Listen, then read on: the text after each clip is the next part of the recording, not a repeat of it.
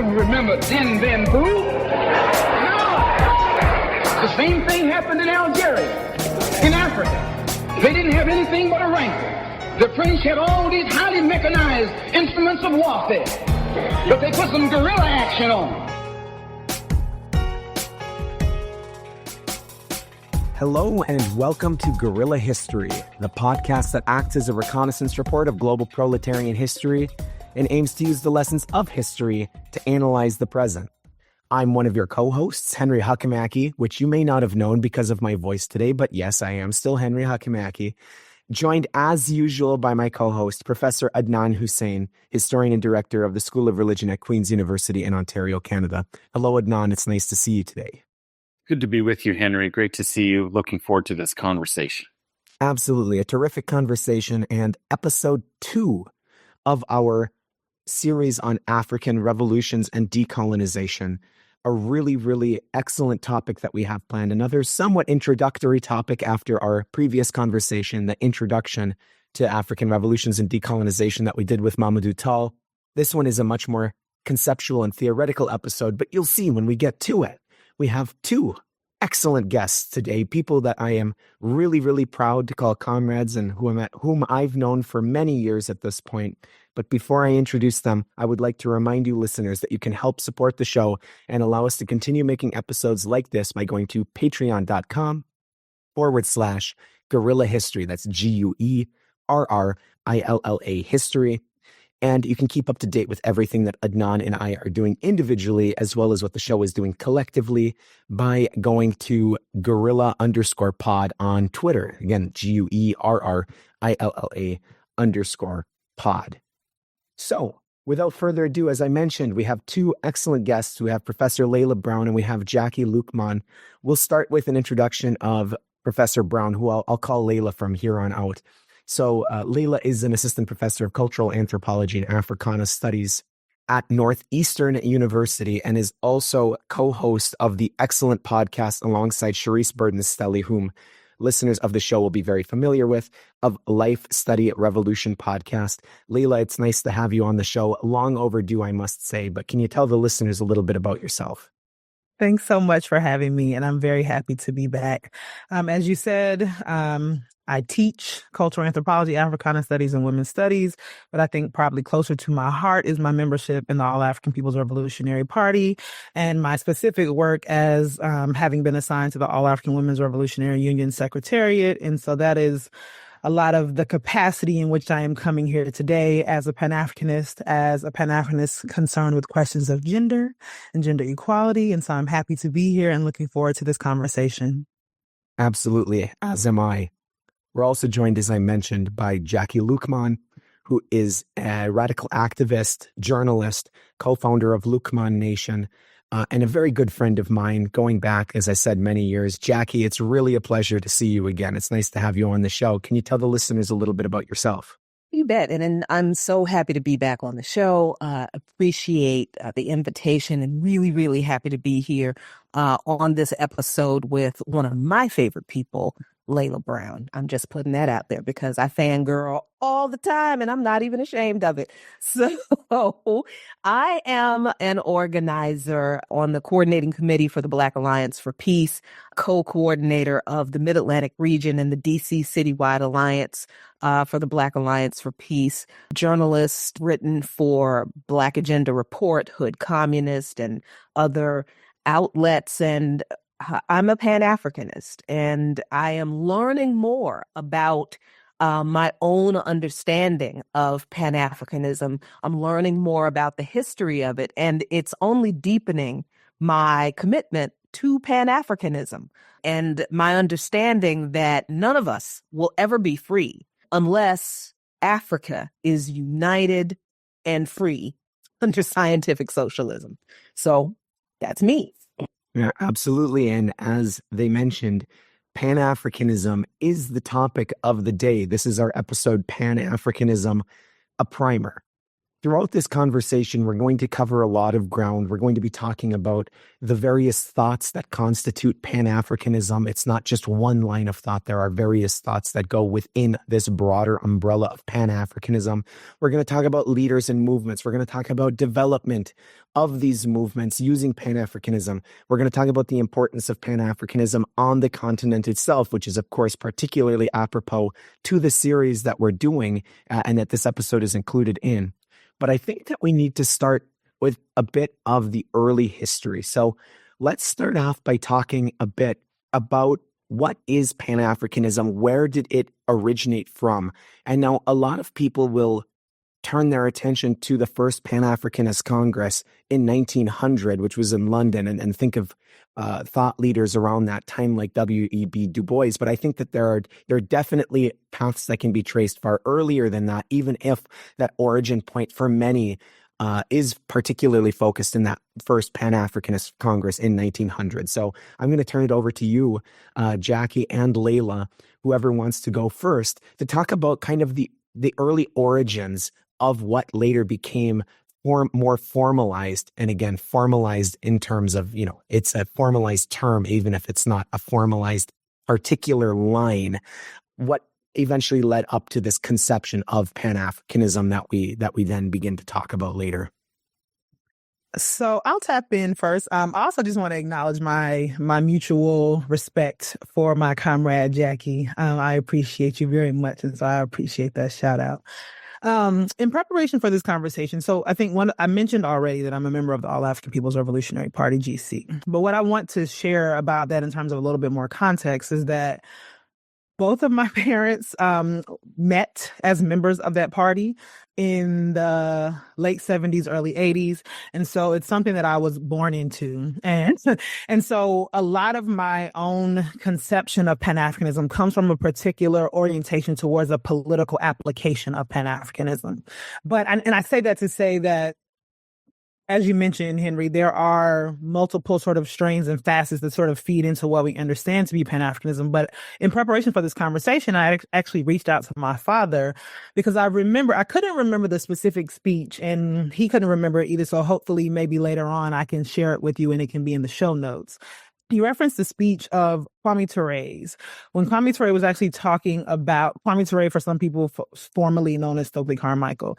And he talked about the fact that as much as we have 1900 as a sort of starting point for the sort of political, intellectual, scholarly manifestations of Pan-Africanism, one of the arguments that he made was that because of the already existing nature of communalism on the African continent, that there are thoughts and ideas about the fact that the people of Africa, the peoples of the African continent, were moving towards a bigger and more developed sort of politically shared understanding of one another, as humans tend to do, right? So this is not some kind of essentialist argument about who Africans were, but because communalism was a sort of essential form of organizing that already existed on the continent. And because as humans, we tend to form larger and larger structures of organizations, there are some people who could say that with that basic understanding of Pan-Africanism, which is the continental unity, that there was already sort of pre-modern understandings of a movement in that direction, right? Now, some people will say things like, the notion of an African in the sort of broader sense is something that really kind of comes into being with the history of the transatlantic slave trade, right? And there was somebody who made an interesting point, the main coordinator of African Stream, who's now based in Kenya.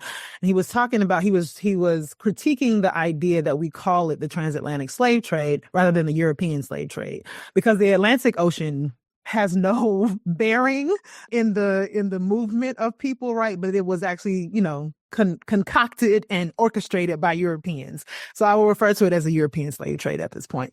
But that because of the way African peoples were dehumanized and collapsed into, people who did not necessarily, they weren't distinguished between in terms of language, religion, culture, whatever. There are some understandings of Africanness coming into being on those ships, right? Where people who don't speak the same languages, who don't have the same experiences, but by virtue of their shared experience of being enslaved, come to understand themselves as one people, right? And so then there are people who then talk about the sort of modern iterations of Pan-Africanism as being largely in response to that history of dehumanization, to that history of objectification, that history of enslavement. And so this notion of creating a unified Africa under scientific socialism, for some people, is largely a response to what happens with the dehumanization of ourselves as peoples, as African peoples, through the European slave trade. So I think in terms of like a kind of precursor to the 1900 moment, those are some things that I think are important in terms of context.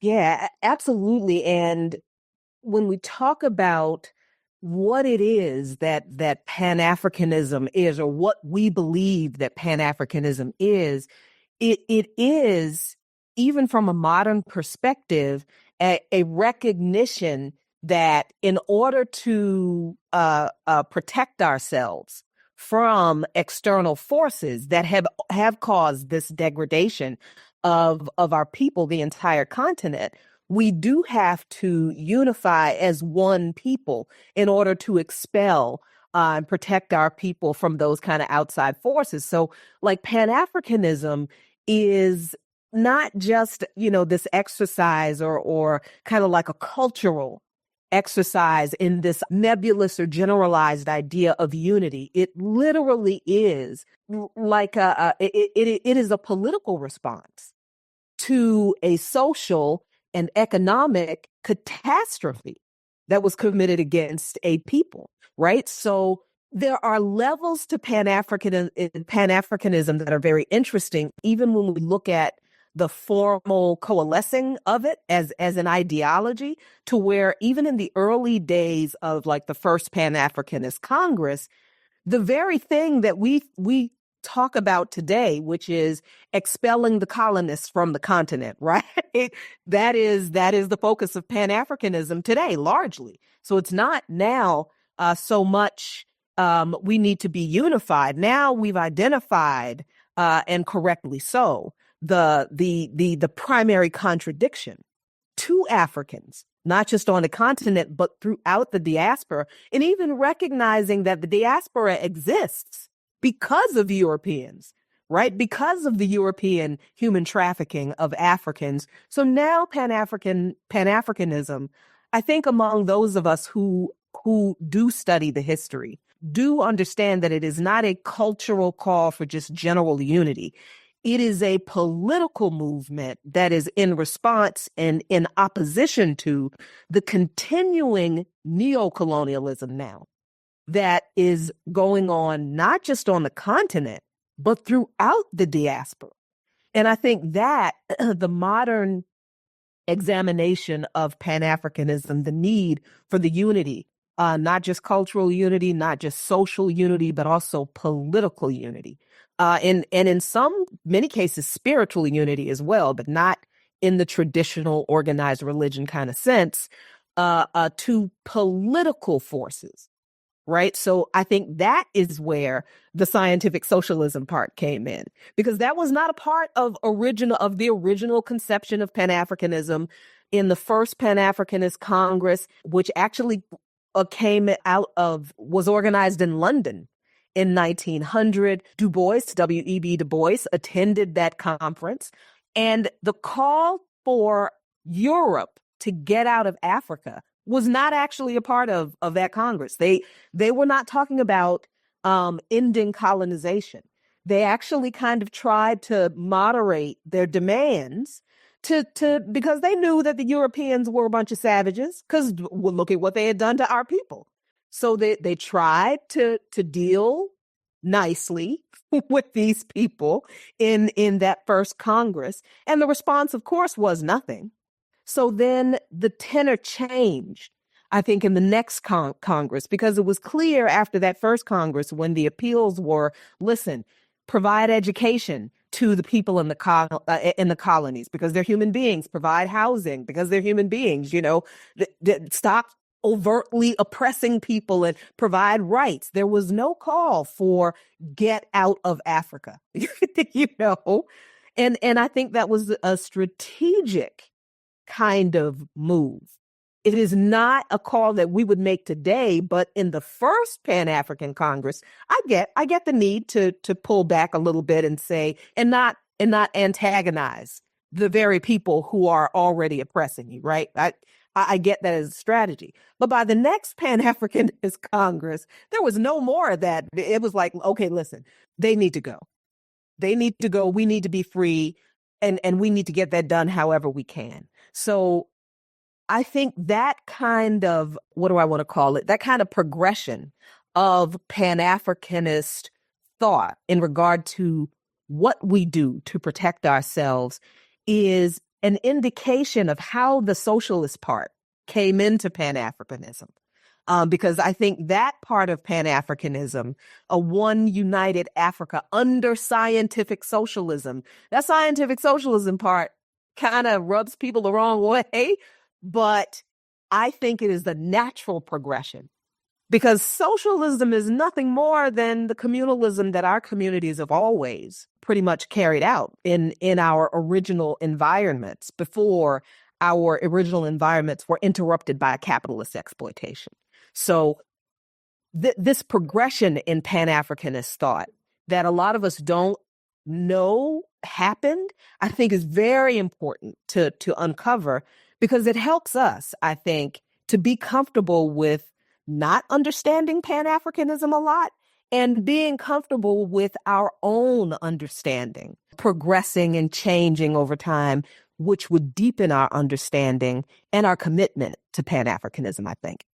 Well, that was a wonderful overview of some early beginnings and phenomena that contributed even before the formal conferences to, a survey of the development of this kind of doctrine, ideology, way of resistance, and its political orientation. There's a bunch of things I think we'll want to kind of break down and come back to.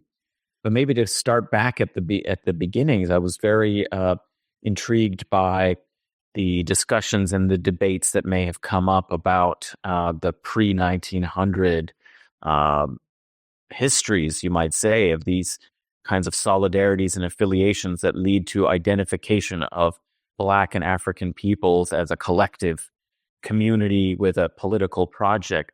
And Layla, you mentioned, that so connected in some people's minds with the history of enslavement, and Jack, as you were saying, responses to that, and the political responses rather than just some cultural affiliation. As somebody who studies kind of the pre-modern Mediterranean world, the histories of enslavement, crusade, attempts at colonization that, of course, begin with, you might say, parts of Europe and then go beyond it by these Western Europeans before they're even called Western Europeans, but they're kind of the Latin West, Western Christians in, Palestine, for example. They started, a lot of people don't know that they started trying to establish sugar plantations there. And they started doing them when they were kicked out in Cyprus, and that they then racialized slavery. It used to be more religious. Like if you're non-Christian, you could be, enslaved. And then it transformed into something that came on to take racialization in the dehumanization, otherization, process. And many of those structures then were exported into West Africa with European colonization, enslavement, and so on. And so some people argue, you were alluding to this, Layla, that some people argue that it's a sort of expansion of the slave trade and the particular way it was conducted that forged some kind of identity. And I would like to argue and actually suggest maybe it's worth thinking also about how not only that experience forged some kind of that consciousness and sense of solidarity, but also the history of resistance that brought people together from different parts of, speaking different languages, from, different religions, from different parts of, the African continent, when they were brought and forced into this system of enslaved labor that was racialized in this proto-capitalist form of the plantation economy. That the resistance is also the history of Pan-Africanism, the Haitian Revolution, slave revolts that we know go way back, far before the 1800s, into, well before that. And just wondering if we might think a little bit about resistance as a kind of genealogy of Pan-Africanism, as like just a first sort of thought. And then there's so many other things you brought up that we'll have to talk about and expand on. But I just wanted to put that there. Do you have any responses to that and how we can think of that? What are the implications? Slave, oppression and anti-colonial resistance in the diaspora, which is something you mentioned. We're talking about Pan-Africanism. Later, its history is much about these states and organizations and developing consciousness of African unity on the continent. But in some ways, there is also a real important history, not only of proto-regional and wider things on the continent, but also what gets forged in the diaspora, very kind of crucial in terms of resistance.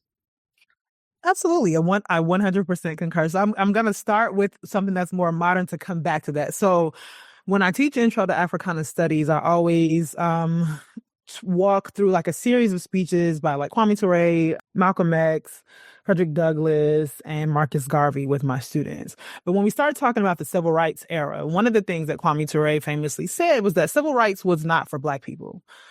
Black people, we did not need to be convinced of our humanity. It was white people who were in control of these countries. And when I say that, I mean Europeans, Western Europeans in the Americas, South Africa, Australia, right? These settler colonies that needed to be convinced of our humanity, right? And so I say that to say some people who take issue with notions of Pan-Africanism take issue with it on the grounds that somehow it collapses the myriad diversity of African peoples. And part of my argument with that is that we know that we are diverse people. We know that we speak different languages and we practice different religions and we engage in different customs and practices. We understand all of these things, right?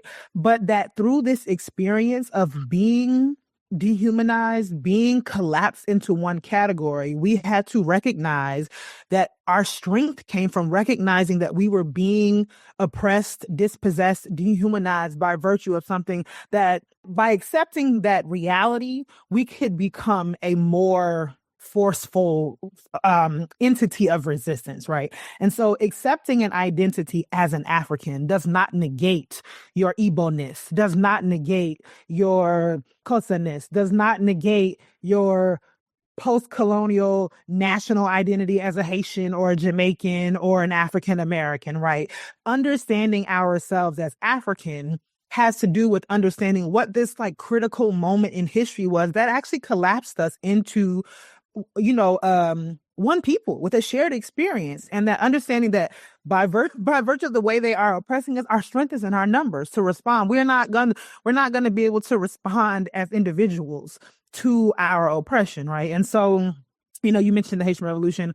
One of the things that I think becomes very sort of evident, I think because of the history of of Islam, the Quranic studies, we often know that in the Americas, frequently enslaved people who were literate had come from Islamic territories, right?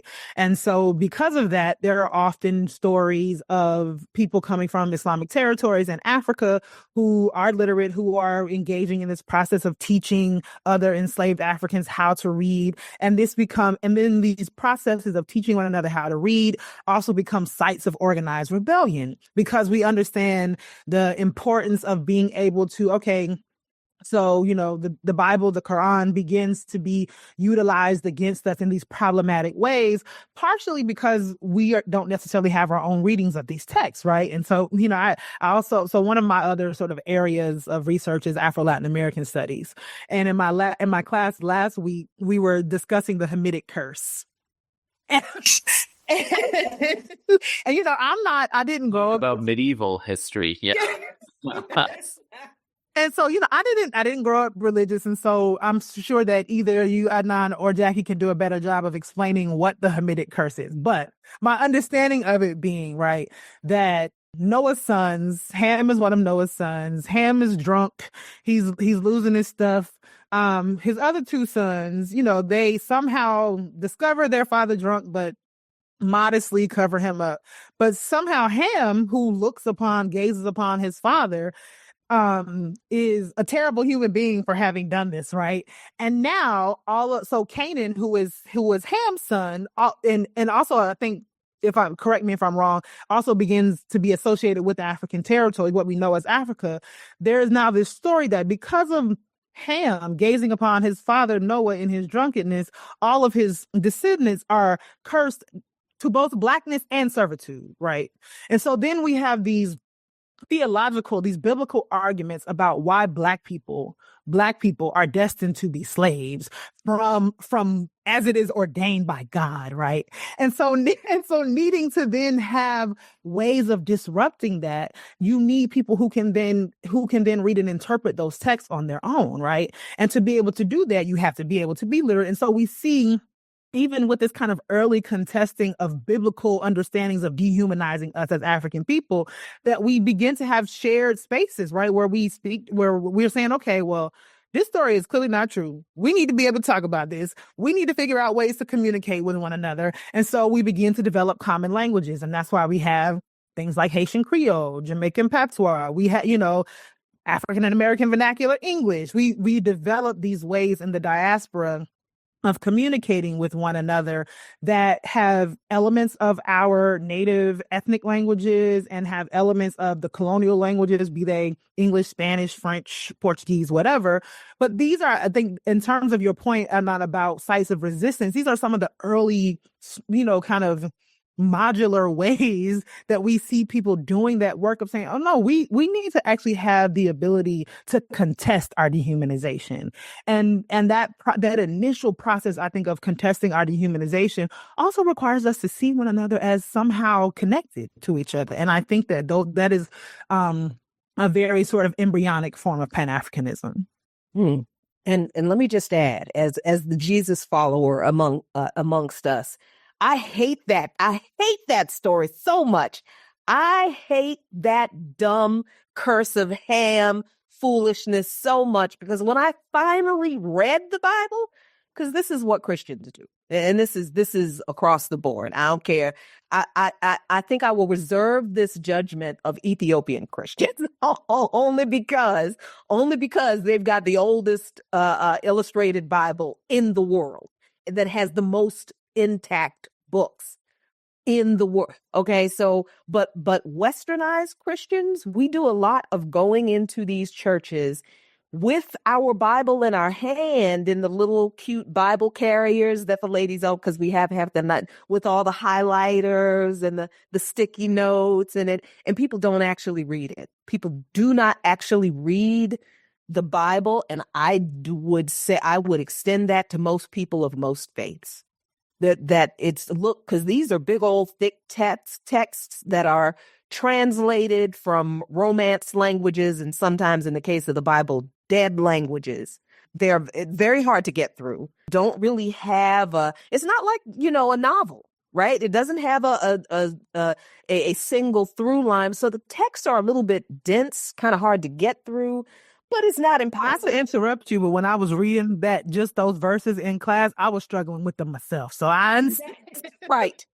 So I contend that as a person of faith, if you can't understand your holy text, I think that there's a problem with some of the things you might be believing about your faith. But the curse of Ham is actually a really great example of that kind of problem, because this idea that Ham was cursed to be black is actually not in the book. That's not the curse. The curse is that Ham and his descendants would be servants to his brothers and their descendants. Why is that a curse? Because Ham was the oldest and his brothers were younger than him. So in ancient Aramaic society, for the oldest not to receive the birthright and be in control of everybody else, the other siblings, in order for that to happen, he had to have done something horrible. And in Ham's case, the horrible thing that he did was didn't cover his father up when he was drunk. So this completely stupid. It doesn't make any kind of logical sense. And the part about Ham being cursed to be Black is not in there at all. That is a white supremacist misinterpretation of those scriptures that sadly has lived to this day still. And the reason it has lived to this day is because too many of us don't actually read our holy text. That's one of the easiest things to debunk. And we just don't, because we don't read it. Yeah, well, that is definitely a broader problem than just the people you're speaking about with the curse of Ham doctrine, but it was obviously very crucial in substantiating for various communities the dehumanization of peoples that they had enslaved to try and justify it. And so that's why I think, Layla, you mentioned that the earlier roots of Pan-Africanism, really had to establish the humanity. That was like the first goal: is we are human. We are part of the human family. Of course, we know that that's a very contingent thing, because, today we might wonder, like, who has human rights? We see that it's very selectively applied, and groups that thought that they had finally been recognized as fully human, these can clearly be withdrawn in practical terms. Who's going to really defend? So that's that has never stopped needing to be contested. But, following what Jacquie was talking about, is that in addition to that kind of sense of culture, sense of human dignity, there arose political demands. And so I want to, come back and talk a little bit more about how the demand for an end to colonialism and what these earlier calls for independence of Africa and African nations in the context of a colonial world in the early, late 19th and especially the early 20th century, when formal kind of gatherings and groups of peoples from the diaspora and from the African continent started to come together to voice political demands. So that first and second and third kind of conferences that lead up to, basically World War II, that sort of period. How did that, what would you say are the key kind of features of Pan-Africanism as it's developing there, and particularly this sense of shaping a real, genuine political agenda in the context of empires and colonial empires? The first letter from that first conference was sent to Queen Elizabeth, because the British Empire was the biggest colonizer in the world. But there starts to develop, something that's, really conceptualizing not just we need to appeal within, the British Empire, but a broader kind of sense of resistance and a broader sense of political, the need to end colonialism and free Africa. So maybe we could talk a little bit about that. What was Pan-Africanism in that period, and how did colonialism and anti-colonialism really shape the political agenda, and what did it mean to be independent? What were people struggling for in that period? So Jacquie already kind of alluded to this when she started talking about the history of the first Pan-African. I want to get the language right, because I think the first were Pan-African conferences, and then there was the congresses. And so in 1900, the sort of first half of the 18th century, I always do that wrong, 18th, 19th century, but the first half of the 1900s, those conferences were largely organized primarily by diasporic Africans, and also diasporic Anglophone Africans, and diasporic Anglophone Africans who were largely of, upper class positionality, right? And so you think about a Du Bois, you think about Edward Blyden, you think about George Padmore. Some of these folks are in the sort of early gestational stages of when we're thinking about Pan-Africanism. So yes, very early on, I think, even though it is crossing national boundaries, some of the diasporic manifestations of Pan-Africanism early on are very sort of limited to the Anglophone, Caribbean, and U.S. experience, right? And so you have these first set of conferences between 1900 and 1945 that none of which take place on the African continent. And even the 1945 conference it's in Manchester. It doesn't take place on the African continent either.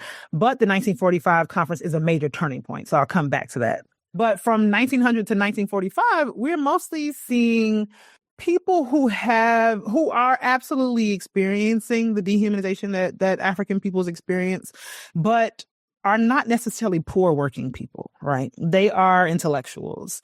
And so when we see some of I think these early appeals to the British monarchy, to other sort of colonial powers, it represents, I think, a sort of limitation. And when I say this, I don't mean this in a disparaging way, but it represents a limitation in sort of imagination, but also it represents a response of the time. Because one other thing that we really see that occurs between 1945 and 1960 is that all of a sudden African countries start getting independence. And so what it means to be independent, people are really having to figure that out in a real way that is different from, I think, the intellectual project of Pan-Africanism. And also, I think those first conferences between 1900 and 1945 have those kind of like problematic tinges of classism and also take on their own problematic renderings of Africans, of continental Africans, right? And so, some people mistakenly look to the projects of Liberia and Sierra Leone as progressive political projects. And as much as they animate the imagination of repatriation, they are colonial projects. And they are colonial projects that are spearheaded by the formerly enslaved. And so that does not make it any better, right? And so what begins to happen in 1945 is that the 1945 Congress that takes place in Manchester, England, has a distinctively working class character, because Kwame Nkrumah, who, most people know Kwame Nkrumah was the first president of independent Ghana, but he actually had spent about 10 years or so studying in the U.S. And this also is very crucial to even how we understand the sort of machinations of Pan-Africanism, because Kwame Nkrumah, as the subject of British Empire, because of the way colonialism took place on the continent, most of these African countries do not, in the early 1900s, have formal systems of education that allow people to develop in a particular kind of way, right? So I think, even in the Congo, when Patrice Lumumba comes to power, if I'm not mistaken, I think only single digit numbers of people in the Belgian Congo had anything above a secondary education, right? And so if you think about that as a population with the capacity to lead a country based on credentials, there's again, and to use Walter Wiley's, an intentional underdevelopment there. And so in the case of Nkrumah, he has to come to the U.S. He studies at Lincoln University in Pennsylvania, which is a historically Black college. Obviously, so Ho Chi Minh is considered a part of the Pan-African pantheon, even though he is not an African, right? But Ho Chi Minh and Vietnam, and because of their colonization of France, and he comes into contact with these other Francophone African leaders, right? And so there are these moments of intense cross-pollination before that era of decolonization, era of independence really sort of takes off, where people are thinking about, okay, so this is our experience as Anglophone colonized folks. This is our experience as Francophone colonized folks. This is our experience as Lusophone colonized folks. And there are commonalities here, right? So it's not even just that our enemy is the British. It's not just that our enemy is the French, it's that our enemy is European colonization. Our enemy is pushing back against this balkanization that happens in the 1800s of the African continent for the benefit of European wealth, European empire, right? And so when the 1945 moment happens, we see a push towards a much more a class analysis that I think obviously takes into account, Sekou Touré of Guinea was very concerned with culture, right? And so some of his early texts, he writes about the African personality. He writes about culture in the African context. But in this moment, we see a push towards, okay, it's actually possible. Ghana becomes independent in 1957. And then the All African People's Congress happens in 1958, I believe.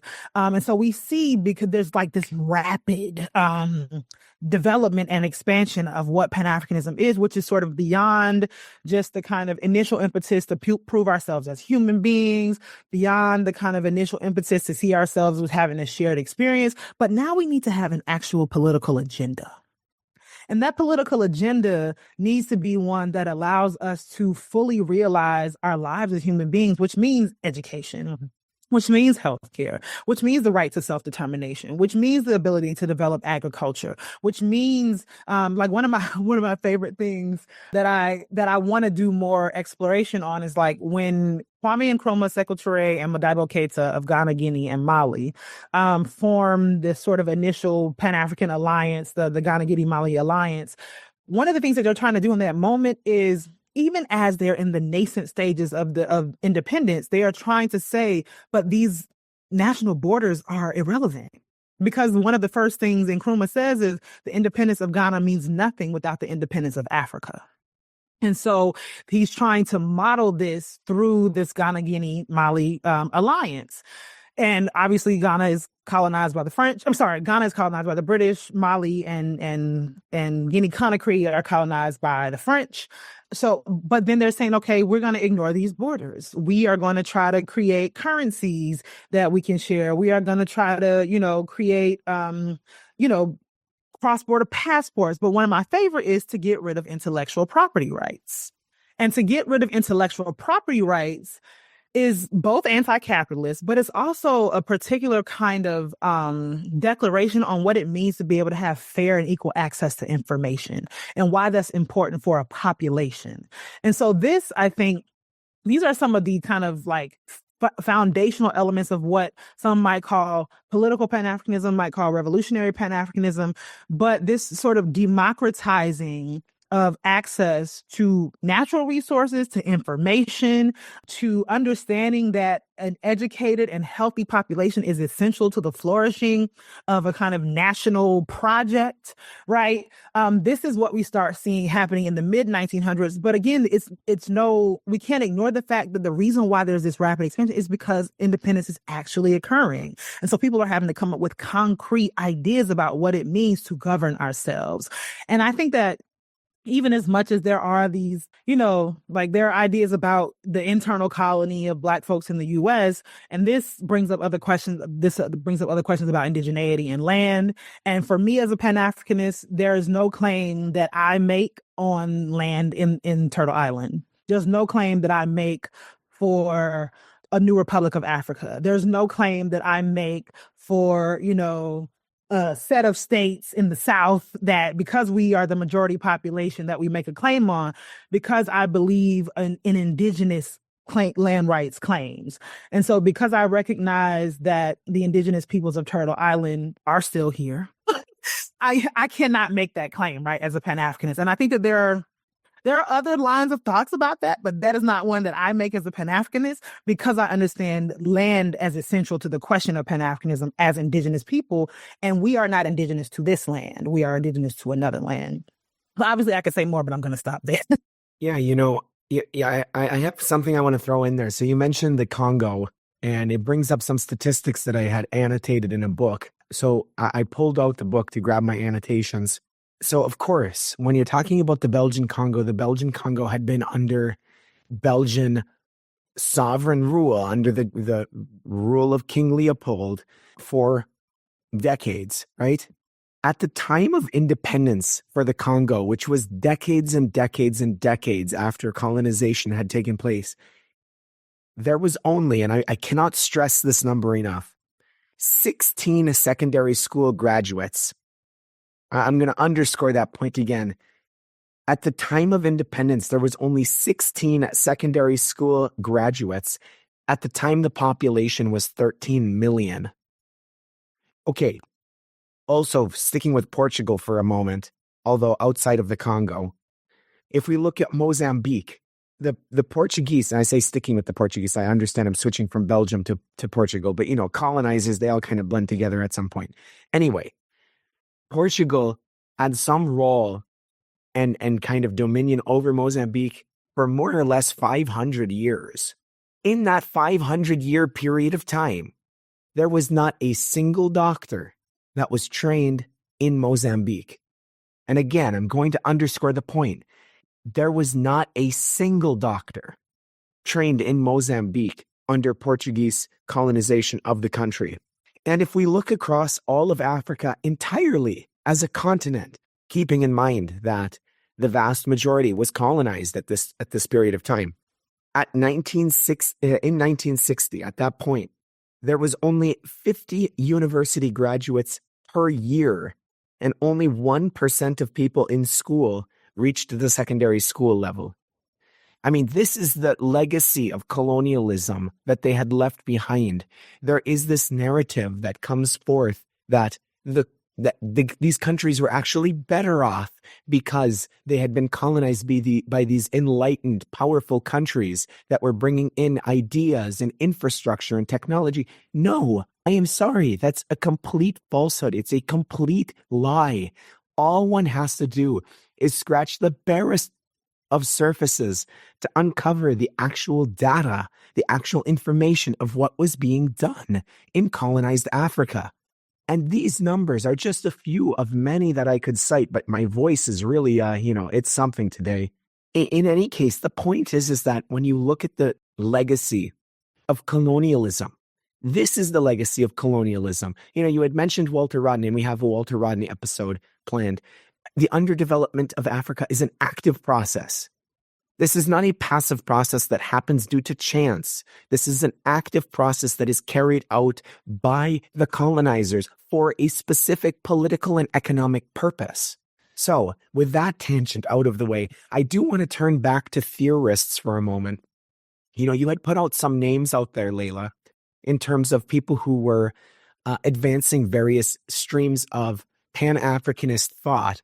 And I know we had mentioned earlier that there were some, I don't want to say diverging pathways of Pan-Africanism, but there were certainly some different conceptions of what Pan-Africanism was that then became condensed, particularly, and again, not into a single stream, but they did in some ways become condensed when this Pan-Africanist thought that was, as you mentioned, mostly being theorized by the diaspora, then came back to the continent through people like Nkrumah, as you mentioned. I know that we can talk about the various organizations that take place and are operating on the African continent, like the OAU, for example, was founded in 1963, which was a direct outgrowth of this influx of Pan-Africanist thought back into the continent. And again, back into the continent, because as we had mentioned, the origins for this thought were always present.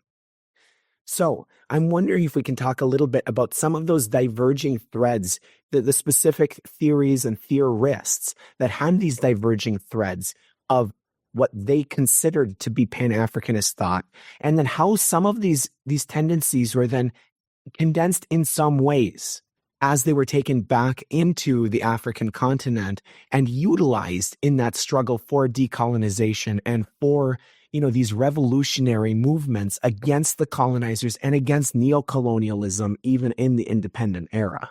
So again, I mentioned early on, obviously Du Bois, Blyden, and Padmore are some of like the kind of early, I don't know if you want to call it a trifecta or what, right? Early thoughts, right? And so Du Bois, again, this is the Du Bois of the Talented Tenth era, right? And so Du Bois is really still thinking along the lines of sort of, the uplifting of the race, which means that, we've been colonized.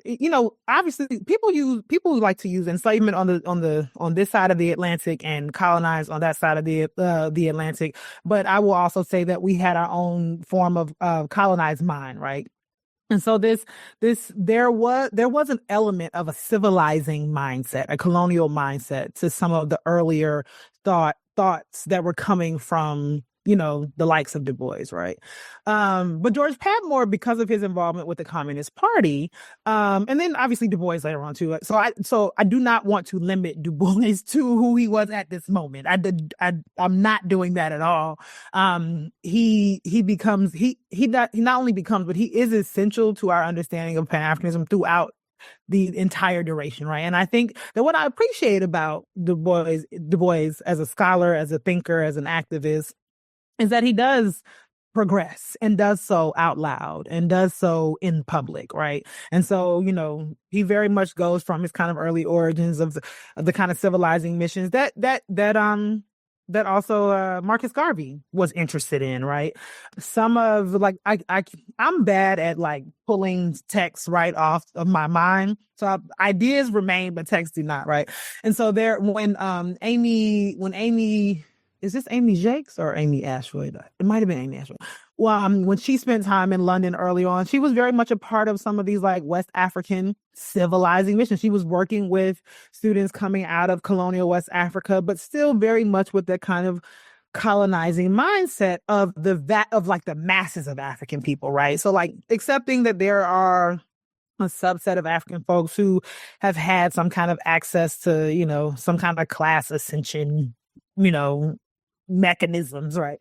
But then with George Padmore's involvement with the Communist Party, later on Du Bois's, involvement with the Communist Party, we begin to see a sort of influx of a particular kind of political economy critique of what needs to be developed inside of Pan-Africanism. Like, so again, this is not just a cultural nationalism. This is not just wanting to acknowledge our history as kings and queens and pharaohs, right? Because the Pan-Africanism that has a class analysis will say that pharaohs and kings and queens are equally, whether they are African or not, are equally a part of the problem, right? Because then the way in which they exist in relationship to the masses of people is still an exploitative relationship, right?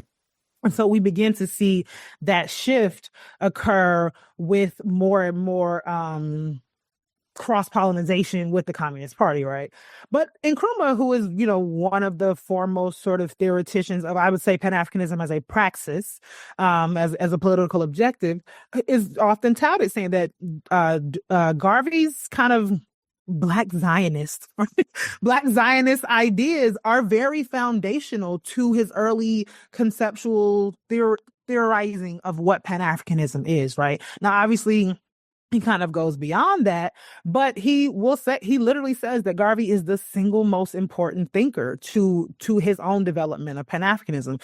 And I think what's interesting in that, and I think Jacquie kind of made this point earlier, is that as we are wrestling with these ideas, we can come in at certain places, but we continue to learn and take from others, and we hone and develop what it is that we want to actually achieve, right?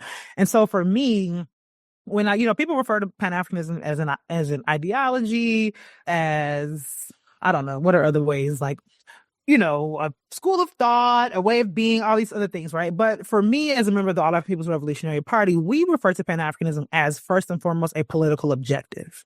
And that ideologically, we're actually not Pan-Africanists. Ideologically, we are Nkrumah's Toureus. Other iterations of the party may say Nkrumah's Toureus Cabralist, right? And there are important, I think, distinctions that are made there, because obviously Nkrumah studied philosophy, right? He studied Marx. There's no denying that he's influenced by Marx and his, understanding of class relations and how important that is, right? But some things of Marxism didn't necessarily resonate on the African continent, and one of which I think maybe Jacquie can speak more to is actually the question of spirituality, the question of spirit. Because for Nkrumah as a Christian and Sekou Touré as a Muslim, and recognizing that whether their populations were Muslim or Christian or some other local religious understanding, religious cosmology, that African peoples are largely a spiritual people. And so the notion of religion sort of being the opiate of the masses, whether that's an accurate, analysis, is not going to work in terms of something to sort of methodologically implement for the masses of African peoples who are acquainted with spirituality in a particular kind of way. And I think what we also understand as Pan-Africanists is that Marx was an observer of a place and a time. And he was able to condense his understanding of certain things based on what he was looking at that point in time. I don't even know that Marx, as much as he, puts forth this theory of sort of class antagonism, I think that it is Marxists that take Marx in that way and behave as if that is supposed to be a universal way of understanding, right? There's a universal understanding of this sort of class antagonism, but context matters.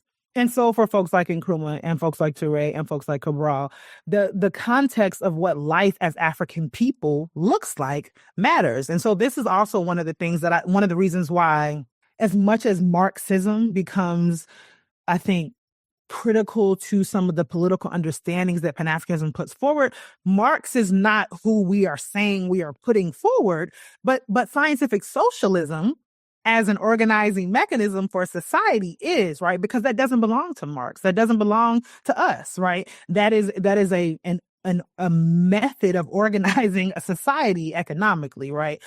Which is separate from what it is that Marx is attempting to acknowledge that he is recognizing and theorizing. And so then, to me, this becomes the critical point where we recognize Pan-Africanism as a political project, right? And so, and I do think that, like, I tend to stray away from referring to Pan-Africanism as an ideology, because I think ideologically it is also our duty to understand our thinkers, our statesmen, our whoever, as having parity in thinking and theorizing and thinking about our realities as African peoples.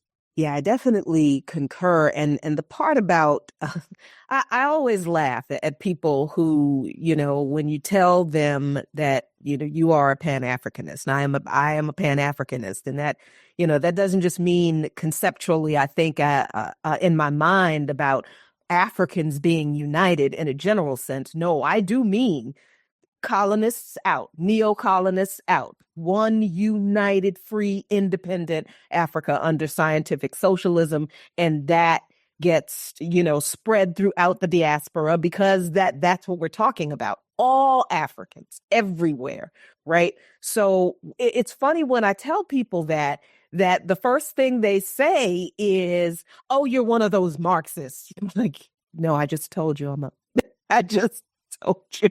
And then we have to have the conversation about, what Marx said and what Marx didn't say. And I always tell people, I think Marx himself said, all I did was observe the phenomenon. I just took good notes. He took really good notes. So the idea that African unity is always reduced, just like, the unity and self-determination of indigenous people, First Nations, Pacific Hawaii, all the original inhabitants of when you get oppressed people together and they realize, wait a minute, we deserve to govern ourselves. We do not want to be wards of your state. We do not want to be citizens of the state you erected on top of our bones after you stole our land. We do not want to be a part of the settler colonial project. We want our freedom. We want our freedom from you. And it's interesting that when the oppressed make that declaration and they go about taking the same steps without the genocide that the oppressors have taken, making the same arguments, right? Because freedom is freedom. We're talking about not oppressing people and people's freedom. We are generally talking about the same thing until people start imposing into the conversation about freedom and self-determination this question of nationality or nationalism, to be specific. It's because nationality is not the problem.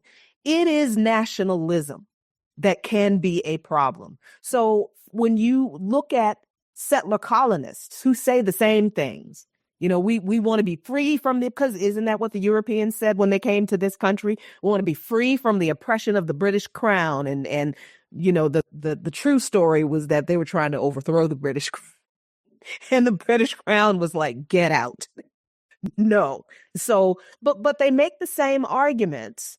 But when the oppressed make those arguments, which are, nobody wants to be oppressed. Nobody wants to be controlled by another entity, right? Nobody wants to have their human rights denied. Nobody wants to be treated like property and chattel. But this is how oppressed people are treated in every system of oppression that has to do with capitalism and imperialism in this world, right? So when the oppressed start to express the same aspirations for freedom that the oppressors claimed when they chose to become oppressors of other people, then all of a sudden those aspirations for freedom and unity, they're illegitimate. And it's very interesting to me how when we talk about Pan-Africanism and the pursuit of Pan-Africanism as a political outcome, as a result, as an endpoint on this journey, this liberation struggle. This is not just an ideology. It's not just a nice thing that we think about when we Blacks get together and, put on all our African garb and do our African dances. And we're just having a good time in the name of, this cultural thing called Pan-Africanism. People are comfortable with that. Right? People are cool with that. Like the Baptists did a protest of the Congressional Black Caucus's legislative conference, and there were plenty of those folks walking in all kinds of beautiful, lovely African garb.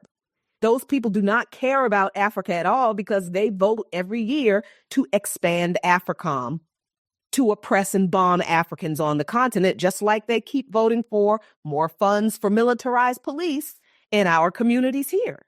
Right? So the empire, the oppressors are fine with the ideological conception of liberation as a cultural kind of thing that oppressed people do to survive, right? To stay alive or somewhat sane and useful while they're still being oppressed in the colony. But unity and liberation as a political outcome, that automatically necessitates the end of their existence among us. And they cannot have that. So as soon as we start talking about Pan-Africanism as a political outcome with material consequences, both for the benefit of the people, but also to the detriment of the oppressors, then this conversation about political Pan-Africanism becomes a threat, even though we're saying the exact same things that the so-called colonists claimed when they decided to steal our stuff and oppress our people. So that, I think, lays the foundation and the groundwork for us to shift the conversation about Pan-Africanism from this cultural nebulous thing to what we talked about in the beginning. No, this is a political response to our physical, political, real world, every day, they're kicking our behinds and stealing our stuff oppression. Pan-Africanism is the answer to that, and it is the outcome that we seek at the end, and not even the end, right? Because once we achieve Pan-Africanism, then we've got to defend that forever. We look at Cuba and Venezuela, and we look at Zimbabwe, we look at Vietnam, and we look at the Soviet Union, we look at China. So any victory the people are able to realize, we've seen throughout history that we have to defend that victory. And this is, I don't have a word that I'm comfortable enough using to describe the period after the victories against colonization on the continent. Because to me, that period is reminiscent of the Reconstruction era here in the United States, where the Reconstruction governments were set up allegedly to rebuild the South. And for the first time in the history of this country, Black people, Black men at that time, were able to vote and were elected to office. And what happened? Those Reconstruction governments were destroyed. And by destroyed, I mean those people were murdered by the Klan and their white allies. The same thing happened on the continent with the colonists who were kicked out of many African countries. So this is why I tell people all the time, when I talk about the realities and the victories and the practicality of Pan-Africanism, this is not just a nebulous thing we have in our mind. No, we have a history of successes that we should be calling the successful revolutions against colonizing forces on African continents. Those are successes. We won. Our people won. What happened after those successes, though, is the response of the colonizers. Now, because the colonizers were able to come in and and convince some compradors, some collaborators to turn against the revolution, that does not mean the revolution wasn't successful.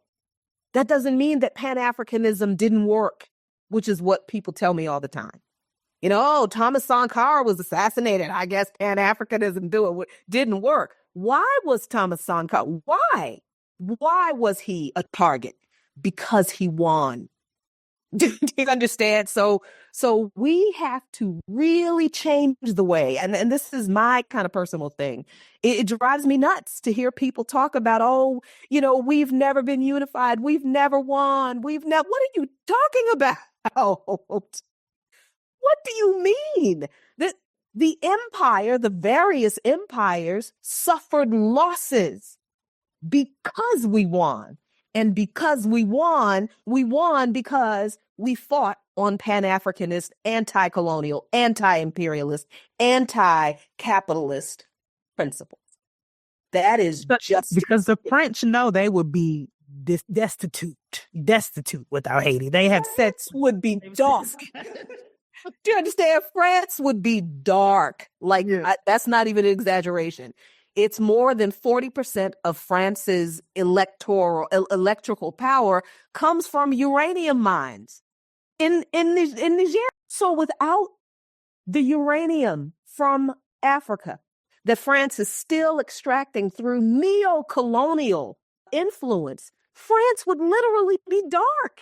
And this kind of response to those successful liberation struggles is not just meant to secure, to perpetually secure the exploitation of material and human resources in these countries, but it's also meant to do exactly what I just said people do, to dismiss and discredit the idea of political Pan-Africanism. See, it couldn't have worked. Look at what we're still doing to them, right? And we fall for it. And that drives me nuts. I mean, just because the devil is there, does that mean you don't have any faith? No, that's not what that means. Tell them, Jacquie, the devil is a liar. Every day. Amazing. That was both of your analysis absolutely so sharp and illuminating. It opens up so many interesting thoughts. I mean, I had never really thought about connecting the history of Reconstruction to the post-colonial, so-called, we say post-colonial, but it wasn't after any real colonial. I mean, the colonialism continues, different forms, etc.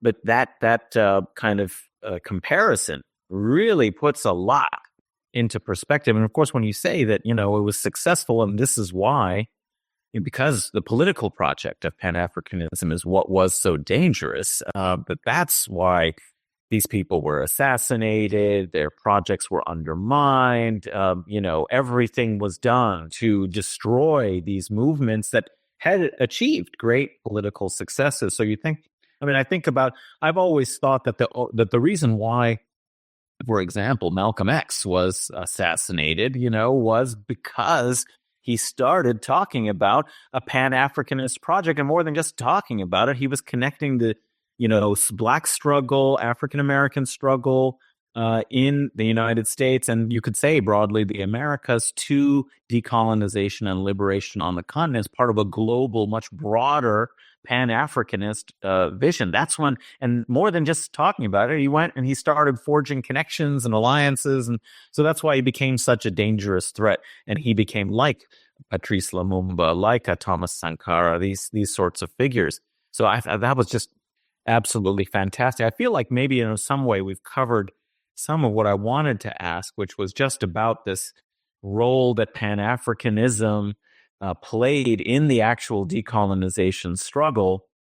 But you covered a lot of that, Jack. I don't know if maybe there was more either of you wants to discuss, but it did, when you mentioned the kind of problem, not of nationality, but of nationalism, which is, of course, a political ideology that is basically a very problematic one. It reminded me a little bit of what, Layla had been talking about, how you have to understand scientific socialism in the appropriate context, and how there were tensions trying to adapt, kind of theory written in the specific context of industrial capitalism in Europe versus, what's happening in the colonies. And so you have a lot of really generative rethinking from global South African, scholars and intellectuals to kind of reframe this and talk about the particular conditions. One scholar who I always love so much is Frantz Fanon, particularly because he was such a theorist of the decolonization process.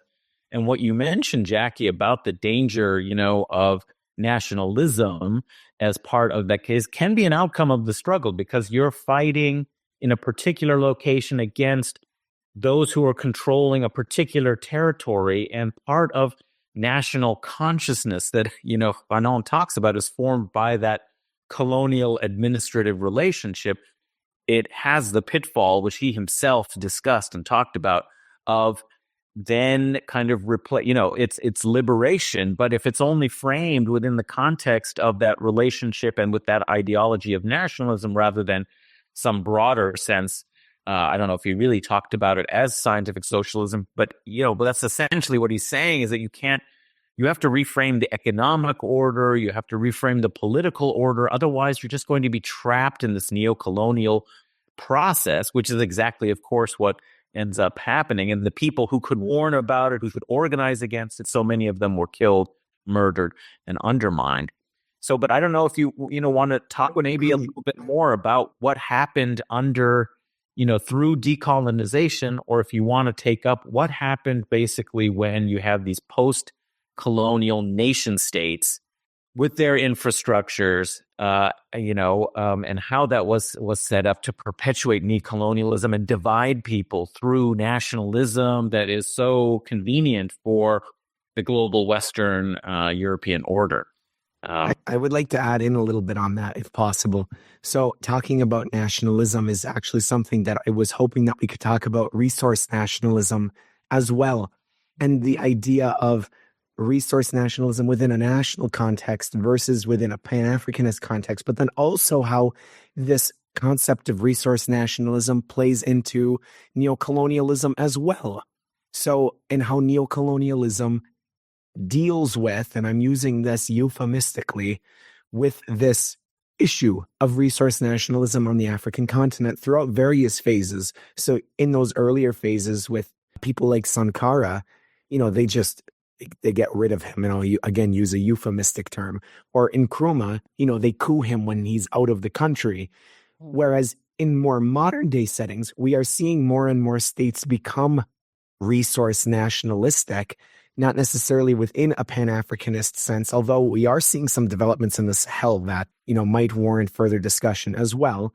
But we have seen for the last couple decades, actually, individual states within Africa take up this kind of post-colonial resource nationalist line.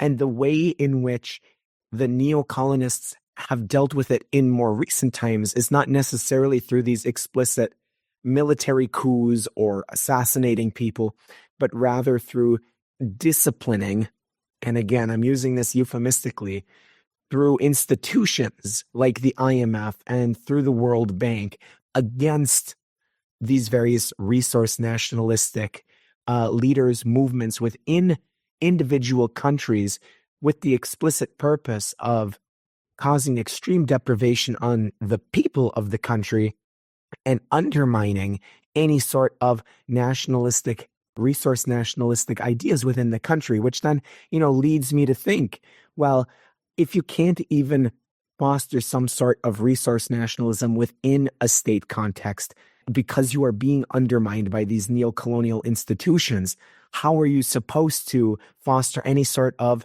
Pan-African resource nationalism, which is something that would be absolutely essential to, throwing off the shackles of neo-colonialism as a system? So I just wanted to throw in a couple of those extra little points onto what Adnan was talking about. I know that this is now a very large question, so I'll just end it here. That's okay. I love large questions.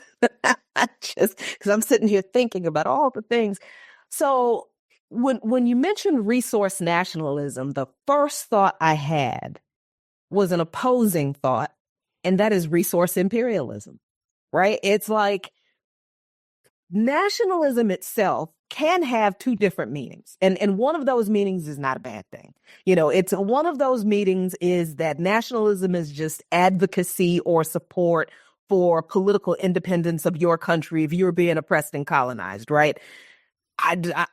Ireland is always like at the top of the list. It's what I'm thinking when I think of of peoples who are pushing for nationalism, fighting for nationalism, it's always Africa, and then I always think Ireland, because people forget that the Irish colonized by the British still, and they're still fighting for political independence for the British. So the Irish are very nationalist, and I'm not mad at them.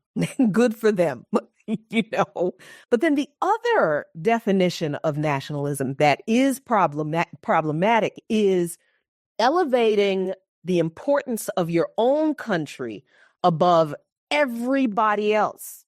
It's like it's not just advocating for equality of your country or recognition, political recognition of your country or your people as a distinct nationality.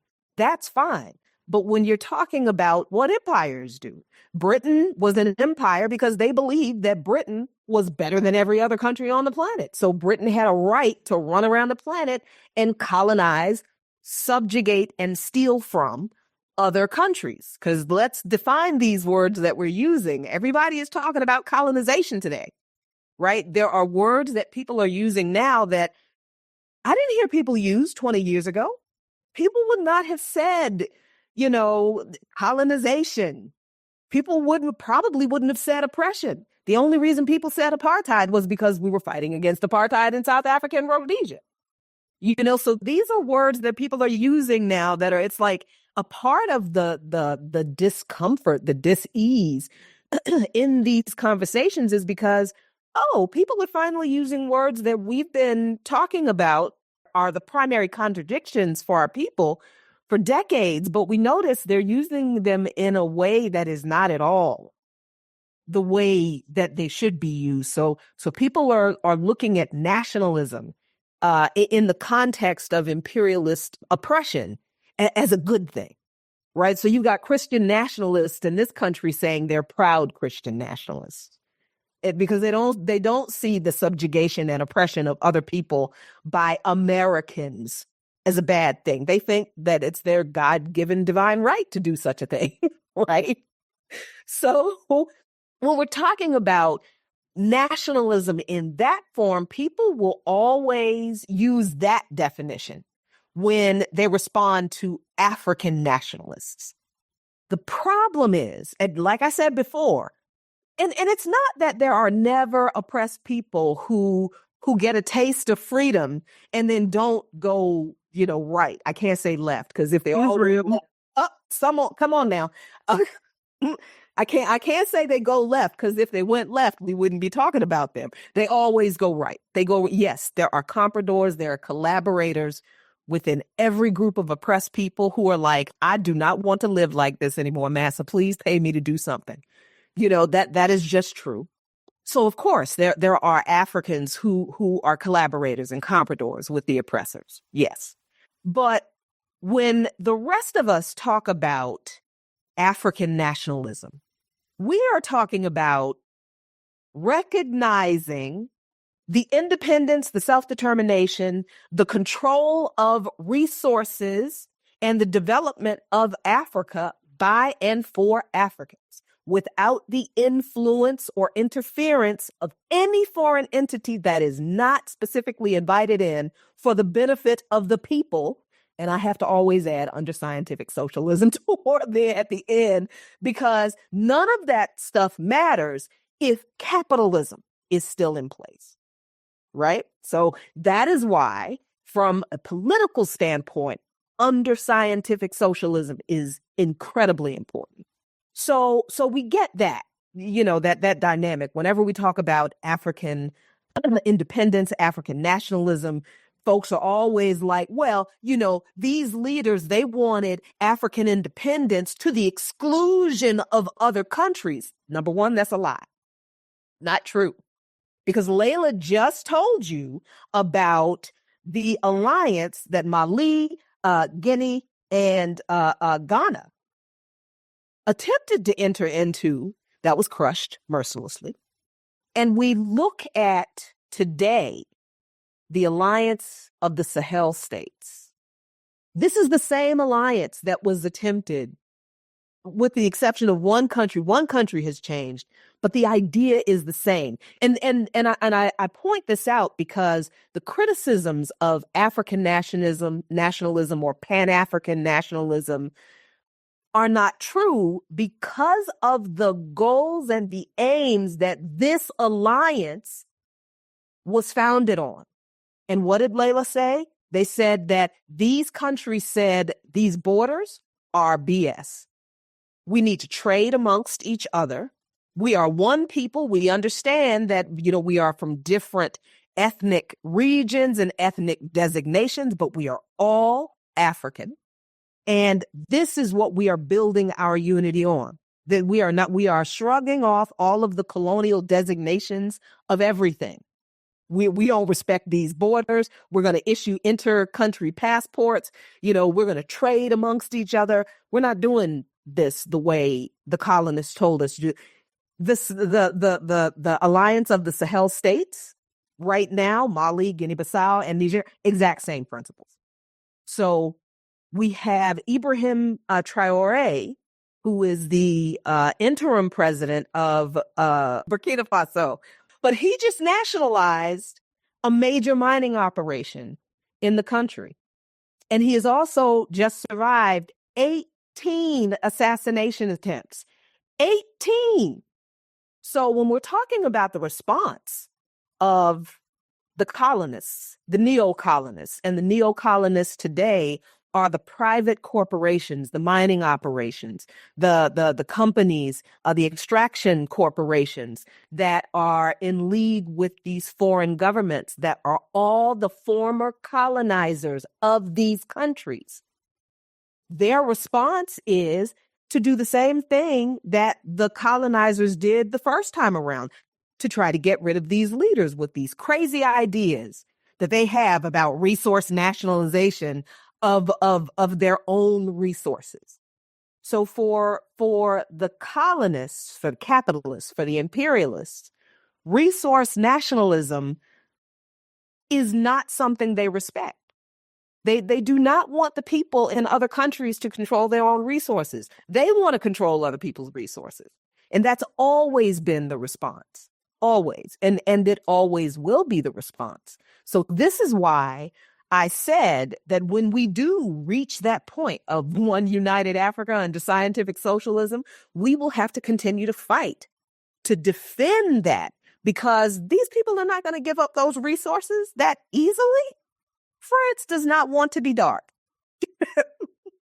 And our response is France needs to stop eating so much avocado toast and stop, buying Starbucks every day and save their money and be resourceful and send their kids to school for STEM so they can figure out a way to create their own electricity and get out of African countries stealing their uranium.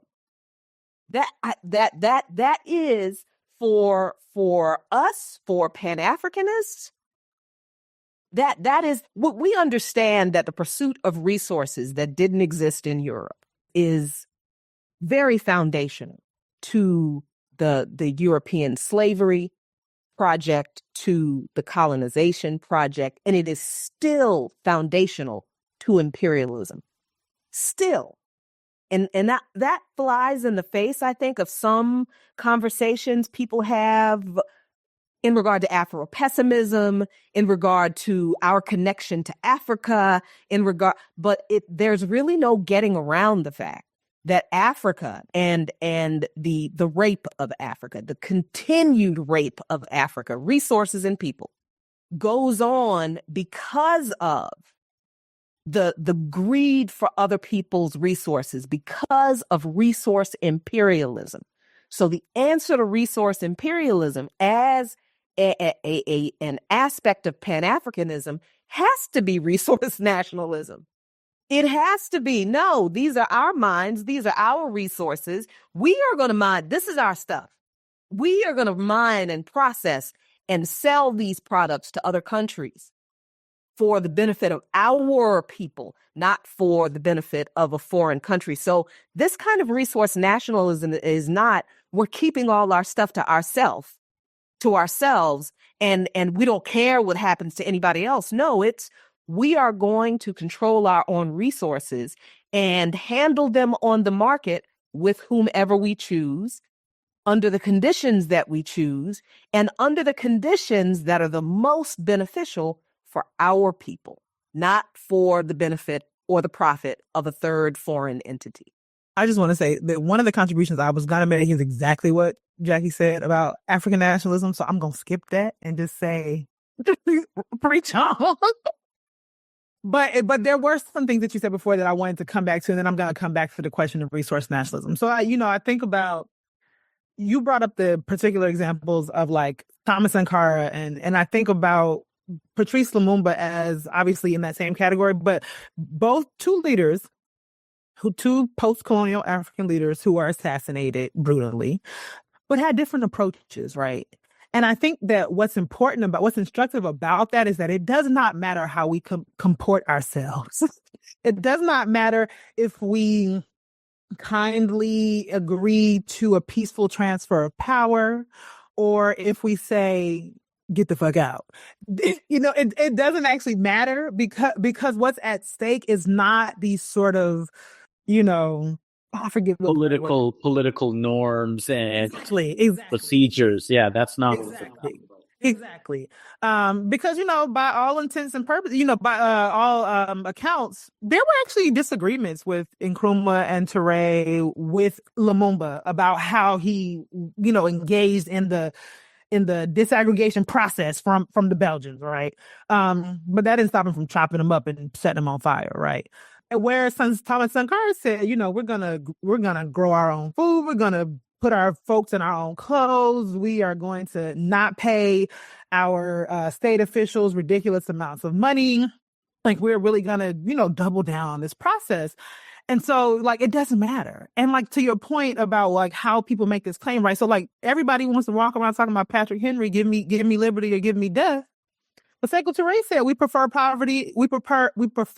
poverty and freedom than riches and slavery, right? And it's the same logic, but for some reason, for formerly colonized people, that logic throws in people's faces, right? And so there is, and also I think the question about African nationalism also is that there are stages of development that I think that we have to go through, and that I do not know that we've really fully realized African nations, self-determined African nations with enough longevity to be able to see what that really produced. Because at every turn, at every moment where there was an attempt, it was taken away and broken down, right?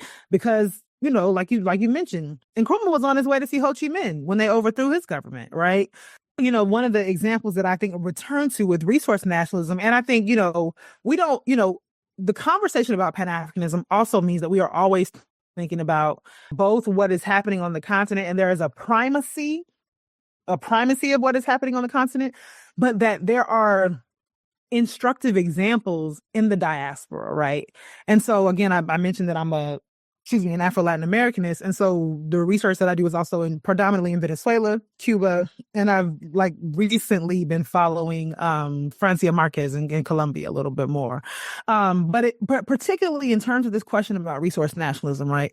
So one of the things, Venezuela discovered oil like in the 70s, I think.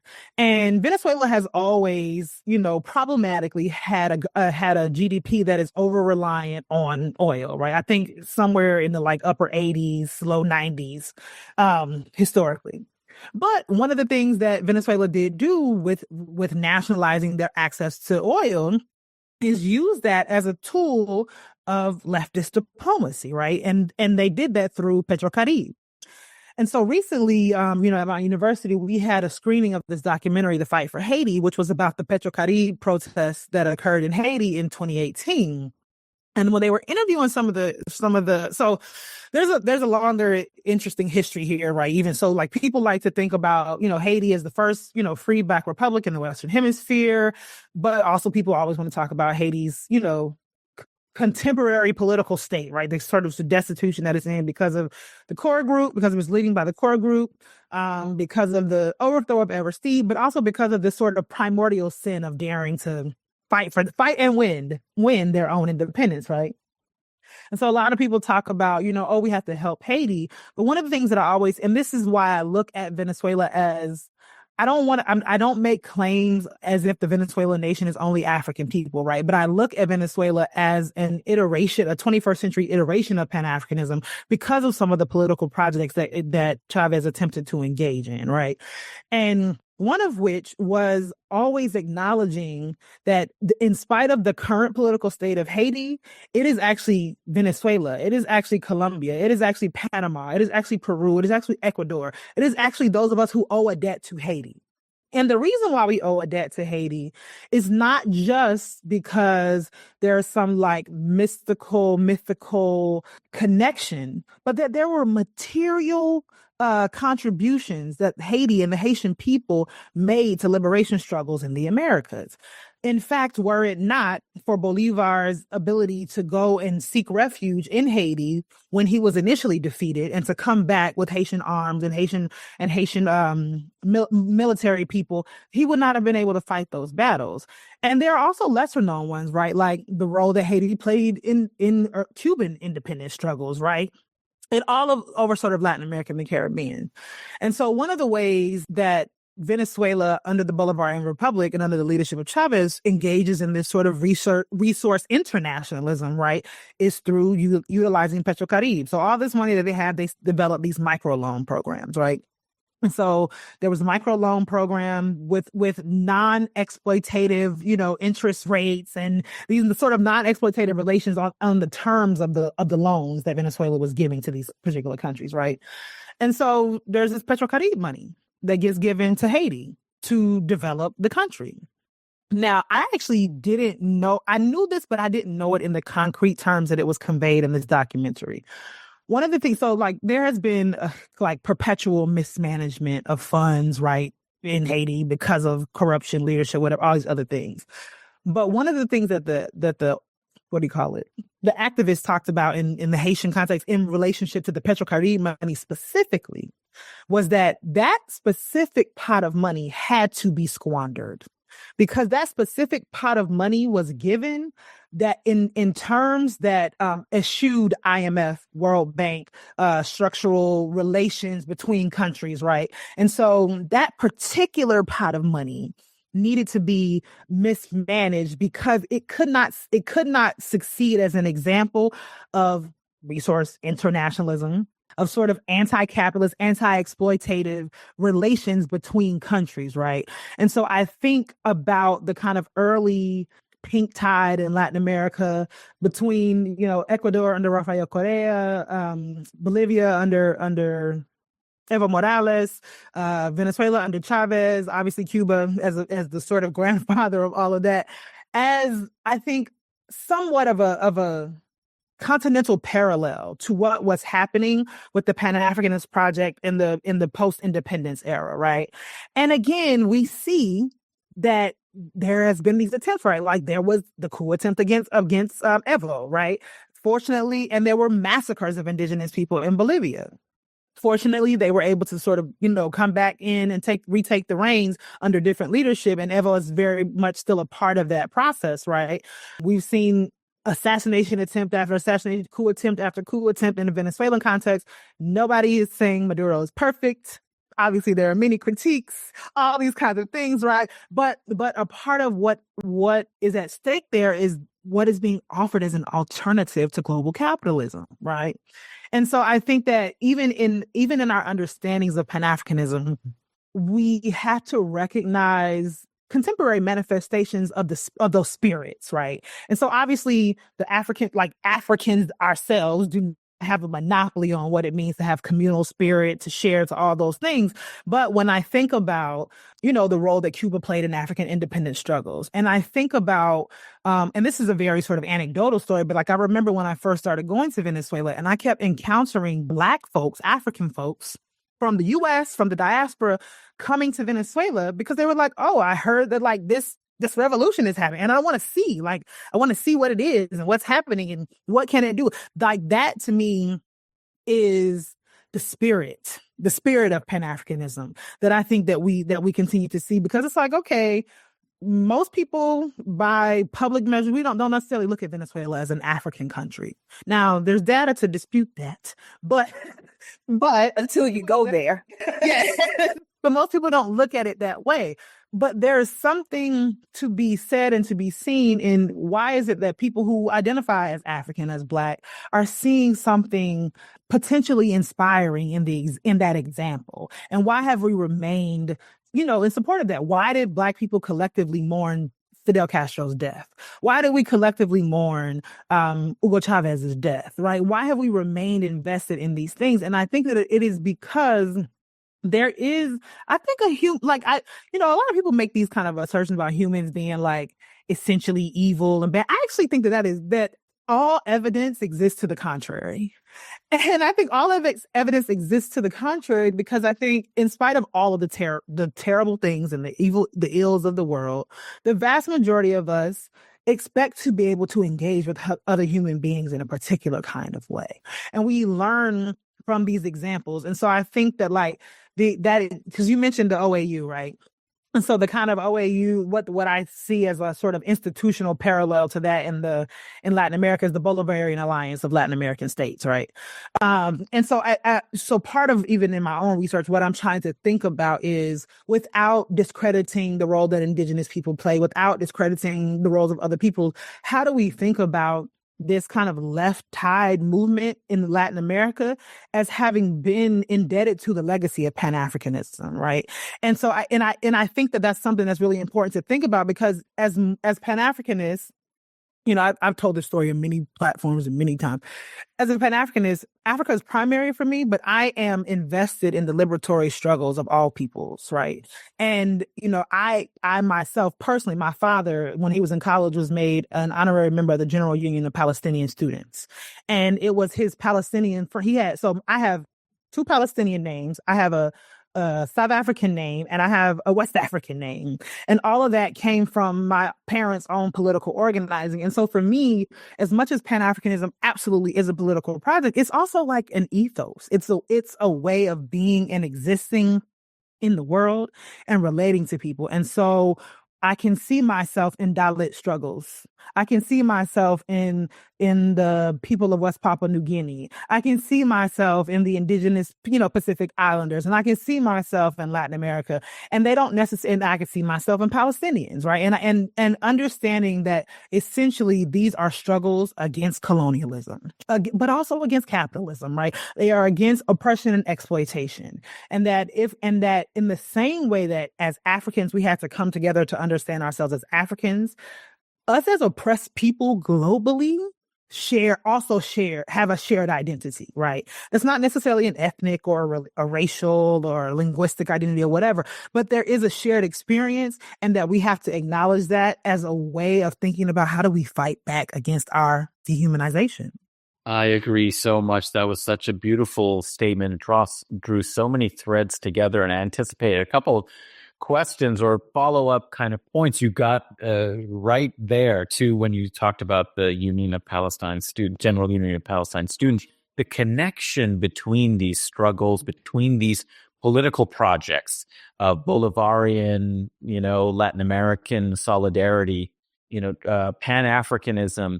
And I would say, what I was thinking immediately when you mentioned the Pink Tide movements in that era, that specific era where there were a lot of political projects that were successfully able to, capture various states and start developing coordinated policies for social justice, for development in a cooperative frame, helping one another. These are very dangerous projects because it gives people ideas. It gives the lie to all the things Jacquie was saying before, that they say, oh, Pan-Africanism failed or that project failed. Well, these were destroyed. They were undermined. They were the targets of the most incredible oppressive and militarized responses, coups and CIA, involvement, all that sort of stuff. But, one thing that made that Pink Tide possible, I think, was the U.S. that has traditionally, policed the Western Hemisphere, Monroe Doctrine, made it its backyard and been particularly anxious about any pro-people movements in its sort of hemisphere, was tied up and distracted in its neo-colonial war of empire to control a different resource so vital to global economic development, of course, oil and its extraction. The imperialist, resource involvement there drew it away. In some ways, it gave space for people to actually come together in solidarity and, put forward their projects and be somewhat successful. And so these struggles are really tied. They have to be developed together with that kind of transnational consciousness of world regions. They have their particular political project of unity, but they're connected with other parts of the global South. And it's so important that we see right now that this is where the apex of the struggle is right now in the Middle East again. It's come back to where this is where the forces of empire have arrayed themselves to try and stop a project of anti-colonial resistance that can be, something that undermines their vision for a world global order of Fortress Europe, Fortress USA, of, kind of climate degradation and impoverishment in surplus populations that will have to be kept out so that we can continue to hold these privileged dominant positions. I mean, this is what's at stake, and they're going to do it through militarized technology, policing, high-tech surveillance, all of this. This is their vision of the world, and that's their laboratory, and the resistance is taking place right now. And so people's projects everywhere, and this is why we see the solidarity with Palestine. It's because people know, they understand through their histories that whenever some form of resistance emerges to change this, change the calculus, all the imperial, geopolitical, global hegemonic forces of empire come down on them to destroy that. So it doesn't give an example to inspire everyone else. So what you were saying just resonated so strongly with me, that even if you think about how does the pink tide come about and its affiliations that it picks up from a Pan-Africanist perspective, it's the space that's created because everywhere there is resistance, that is resistance against the same enemy, the same forces, and these struggles are so tied as a result of that. Adnan, when you mention oil, it reminds me also of oil is a shared struggle between many of these Latin American countries like Venezuela, as well as many African countries. So Nigeria's economy is very heavily reliant on revenue as a result of its oil industry.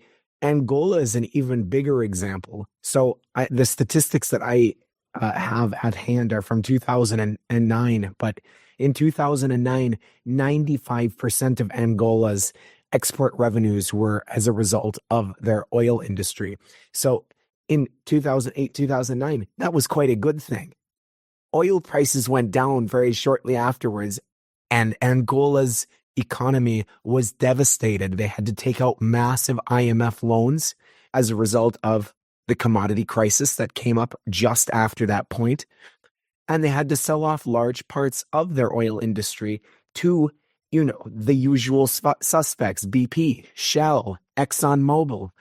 What that means then is that essentially they are being forced to sell off critical components of their own economic base that would be able to be used to develop themselves, trapping them in this cycle of, we're having to develop primary commodities as our way of bringing in capital in order to diversify our economy and develop our economy. But then you have the problem of, as soon as the primary commodity market collapses, you're having to sell off big portions of that primary commodity industry, and then you're back at square one again. So you're in this cycle of more debt, trying to build your way up and diversify, having some economic crash, which we know is cyclical within the capitalist system, having to sell off that industry, taking on more debt, and then the cycle begins again. It's an endless cycle as long as we are trapped in this capitalist world system.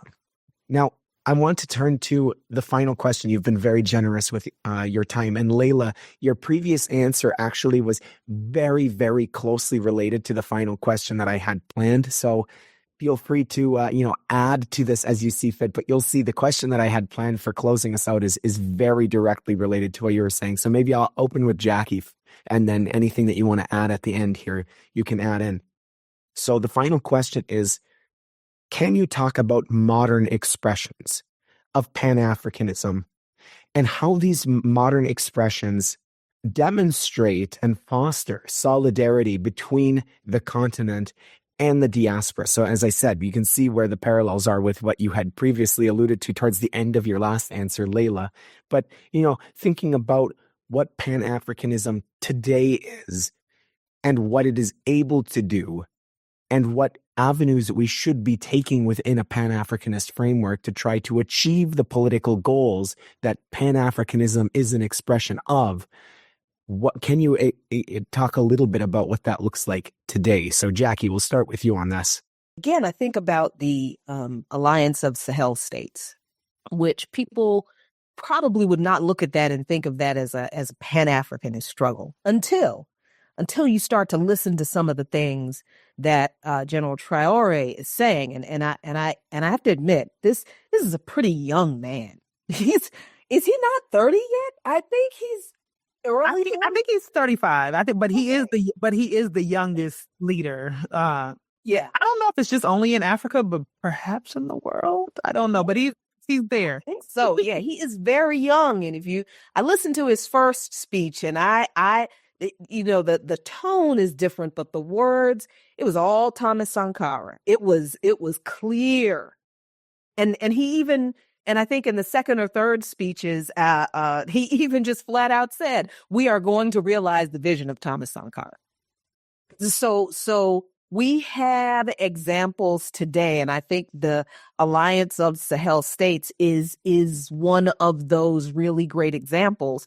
But it's a great example that we would only see as such, as being a part of the Pan-African struggle, if we know the history, if we know that this Alliance of the Sahel States is a redo of the original one that was not allowed to continue, that was destroyed. So what we're seeing, I think, is in the Alliance of the Sahel States, the enduring power of Pan-Africanism, the enduring influence of Pan-Africanism, and the enduring ability of Pan-Africanism to achieve successes, victories, and goals. Because remember, this whole thing in the Sahel States started, and that's not really where it started, but internationally, people started paying attention to what was going on in the Sahel States because of Mali telling France, to the French military, to get out, get the fuck out. That's what they told them. And the first was a polite, you know what? You guys said you're here to help us fight terrorism, and the terrorists are still terrorizing because you're the ones who brought them here in the first place. Get out. Get the fuck out. The first request was get out, please. And then when the French were like, no, then it was like, you know what? Get the fuck out. Get out. So then people's response to that was, oh, well, that's great. And this is what some people told us. And by us, I mean Black Alliance for Peace, because when BAP was founded in 2017, the very first campaign we had was shut down AFRICOM. Nobody knew what the hell AFRICOM was in this country. But we recognized that the U.S. military, having basically a band of military bases that cut the continent in half from the west to the east coast, nothing but U.S. military and drone bases and other little lily pad sites that we're not really sure what they do because they don't tell us.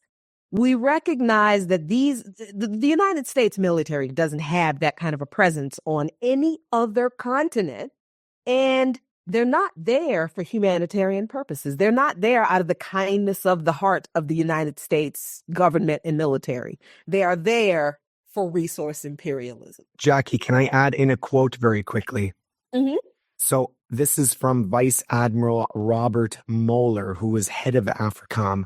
In 2008, they asked him what the purpose of AFRICOM was. And he said there was 3 reasons. And I have, again, in my annotations, there's some quotation marks. Let's just put it that way. Okay. 1, combating oil disruption, relating to the previous conversation that we had. 2, combating, and here's where the air quotes come in, terrorism. Again, echoing the point that you had just raised. And number 3, and this might be interesting for the listeners, combating China's influence on the continent. These were the 3 reasons that AFRICOM's head said that AFRICOM had for existing. Oil disruption. Again, I'm using quotations on that because disruption for whom?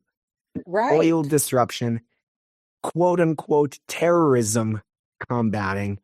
And 3, combating China's influence on the African continent. So I just wanted to add that into what you were saying, Jackie. I didn't mean to interrupt, but I thought it was apropos. I am glad you, because that's exactly, because see, we Black radicals say these things about what the empire is doing. We say these things about the fact that this country is an empire and people don't believe it.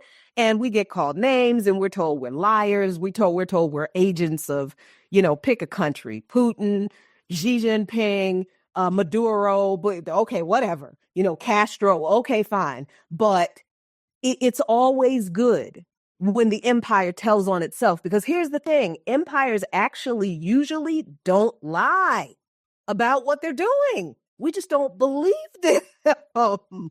They tell each other what they're doing all of the time. And they make this stuff public, but we don't know where to look. And then when we give people the information, then they don't believe it. Oh, you made it up. And it's like, you know what? All I can do is lead you to the trough. I cannot make you your thirsty behind drink it. You know where the trough is now. But I think that this alliance of Sahel states it has very deep implications for the future of Pan-Africanism, even as this is an ongoing process, right? We can't really call this entire process revolutionary yet because it's not complete, right? We can't. I would love to put a lot more of my personal aspirations on the other leaders to be more like General Traore. And even as this is going on, we're still, very closely watching him to see where he goes. So we try very hard not to be ideological imperialists, right? And putting our Western U.S. focused understanding of things on somebody else's liberation struggle. That's a hard line because it is so easy to look at another country's struggle or look at another people's struggle and say, well, why aren't y'all doing such and such? We cannot do that. But I do think that this alliance of Sahel states could have incredible implications on the future of Pan-Africanism. And I do personally feel a responsibility to get that narrative right for our people, to really not ignore it, to connect it to everything else that's going on, because it is, and to get that narrative right so that people understand that not only is Pan-Africanism not dead, Pan-Africanism is still winning. And that's actually the point that I was going to make, is that from both sides, I think it is clear that Pan-Africanism is on the move. And I say that because for a couple of different reasons. One, you talking about AFRICOM, right? And so for those of us Pan-Africanists, particularly on the continent, but in the diaspora too, African Liberation Day is an institution that we have been celebrating since the 70s. I think my mother passed actually the day that we are recording this, which is actually Indigenous Peoples Resistance Day in the US, but it's also my mother's birthday. My mother would have been 63 years old today. She passed away in 2018. Prior to my mother's death, my father had not missed an African Liberation Day since, I think, 1974, I think he said. But I bring up African Liberation Day because it is in our tradition. It is a commemorative, moment. It is a moment to rededicate ourselves to our political commitments. It's also a recruiting tool for many of our organizations, but it is also being co-opted because AFRICOM also commemorates African Liberation Days. And the irony of AFRICOM commemorating African Liberation Day is just absurd, in the same way that the U.S. government puts out a statement in support of Indigenous Peoples Resistance Day every year, right? So it's just utterly absurd. But I say that to say that when our enemies see a need to co-opt our messaging, that means that something is continuing to happen. That means that those messages are moving forward. Also, so this year was supposed to be. So at the end of this month, there was supposed to be the 9th Pan-African Congress that was supposed to be taking place in Lomé, Togo. So, the AU, which is the sort of bastardized version of the OAU, which the OAU itself was already like a compromise, early on, officially recognized the diaspora as the 6th region of Africa, right? And so earlier this year, it was in the end of August, I went to a regional planning meeting in Salvador, Bahia, Brazil. And, the significance of Salvador is that Brazil has the largest African population in the Americas, right? It has the largest Black population outside of Nigeria in terms of a single national entity. And so, symbolically, they chose that place because of the size of the African population. But it was a regional planning meeting in preparation for this 9th Pan-African Congress. Well, I just wanted to point out also that something you had referred to earlier about resistance, when we were talking about resistance, that it was the site of the most massive slave revolts that were organized because there were West African scholars, Muslim scholars who could write and taught people, and they passed messages and organized a massive resistance in the, 1830s, I think? I believe so, yeah. Yeah. So at any rate, that's an amazing site to hold the 9th. Yeah. The 9th. Yeah, so that meeting was a preparatory meeting ahead of this one. But see, here's the thing even about this meeting coming up, right? It's taking place in Togo. And Togo is basically run by a de facto monarchy. And so I recently got an announcement that it was postponed. And there's some interesting things that are happening because there are some theories that part of the reason why Togo decided to host the 9th PAC this year is because there's actually like internal disputes over leadership in the country. But because of the particular salience of Pan-Africanism right now, utilizing this moment and hosting that conference was going to be a way of garnering a particular kind of support, right? And so again, I don't necessarily see that conference, that meeting as this sort of zenith of Pan-Africanism, but I think that even that battle, that struggle over it happening is a product of the fact that Pan-Africanism is growing and people are talking about Pan-Africanism. I think my father has even said in a way that he hasn't necessarily even seen in his own lifetime, right? As a person who has a lifelong commitment, dedication to organizing as a Pan-Africanist. And so I think we're in a really promising moment. And I think that as many horrible things are happening, one of the things that I think happens when horrible things happen is like people begin to not be able to ignore things and people begin to be awakened. And because I think that that's what's happened with Palestine. There has been no shortage of people who have been anti the Israeli settler colonial project since its inception.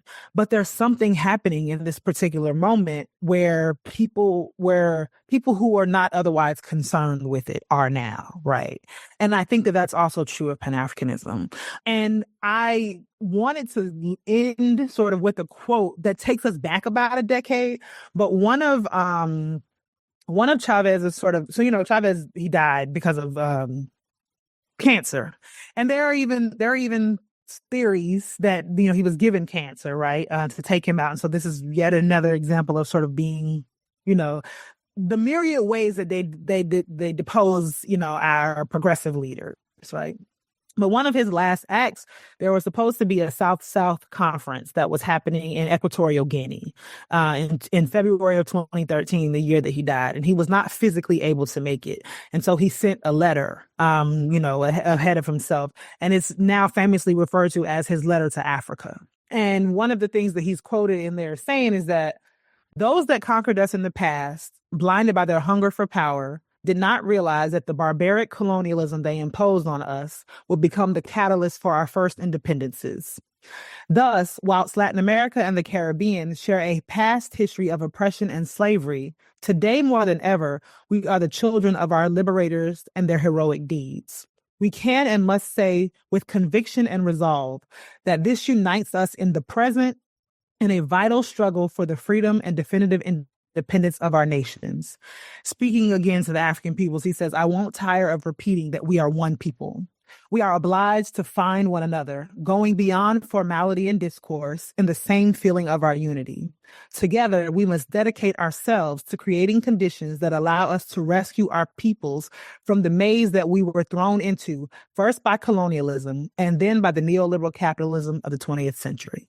And so I think that that is a testament to the power of what Pan-Africanism is. And I think it's also an example of people attempting to put to put the work in to achieve the objective of Pan-Africanism, which again, as Jacquie and I have both said, is the total liberation and unification of Africa under scientific socialism. And also beautifully said. I want to be slightly flippant in closing and say, well, I'd like to also end with a note to AFRICOM, since surely there's AFRICOM officials who are listening to us. The next time you want to make a commemoration for African Liberation Day, you can commemorate the day by abolishing yourself. And the same thing, United States government, the next time you want to make a commemoration for Indigenous Resistance Day, you can commemorate it by abolishing yourself as well. Not only the government, but the state entirely. I don't have much faith that'll actually happen, but, I might as well give my 2 cents here now. Well, it's our job to make it happen. That's what we're supposed to be doing. That's what we're trying to do. So it has been an absolutely fantastic conversation, despite the fact that the listeners have had to periodically hear me speak during this. Okay. But I want to allow both of our wonderful guests to let the listeners know where they can find more of their work. Jacquie, let me turn to you first. Can you tell the listeners where they can find more of your work and where they can keep up with you on social media? Again, one of our guests, Jacquie Luqman. So you can find me on Facebook under Jacquie, Jacquie, Luqman, L''U, QMAN. I had to put the apostrophe in there because my old profile was, I don't know what happened to it. So I had to change the last name. But you can also find me. You can listen to me on Darker Than Blue at 5 p.m. on Fridays at WPFWFM.org. Just click the listen live button. Or if you're in the DC, Maryland, Virginia area, it's 89.3 FM. And that's 5 o'clock on Fridays. The show is called Darker Than Blue. You can also find my stuff on Black Liberation Media. On YouTube, it's Black Liberation Media. And where else? Sometimes I publish stuff in Black Agenda Report. I owe Hood Communist another article. I know I owe them. I'm going to write another article for them. And you can also get me on Twitter and Instagram at Luqman Nation 1. That's LUQMANNATION, 1, all one word. I think that's everywhere I am. Wonderful. And I'll make sure to link to as many of those things as I can. Layla Brown, it was nice to see you again. Can you tell the listeners where they can find you and more of your work? For sure. So again, like I said, in my daily work capacity, I'm a professor at Northeastern University. And so if you have questions specifically pertaining to the academy, I can be reached at my institutional email. You can just Google Northeastern and Layla Brown and you can find that. But more significantly, I am the co-host of the podcast Life Study Revolution with my dear best friend, colleague, comrade, Sharice Burton-Stelly. We currently are on our own YouTube platform, but we have returned to Black Liberation Media, and so we are still working out those kinks. So we will be there in some kind of way soon. Across social media, I have the same handle. It's Pan-Afric_PhD. So it's PANAFRIK_FEM_PhD. I have a very contentious relationship with writing, so I don't have a whole lot of public writings, but I am working on my first book manuscript project, which is tentatively titled An Anthropology of Pan-Africanism in the 21st Century.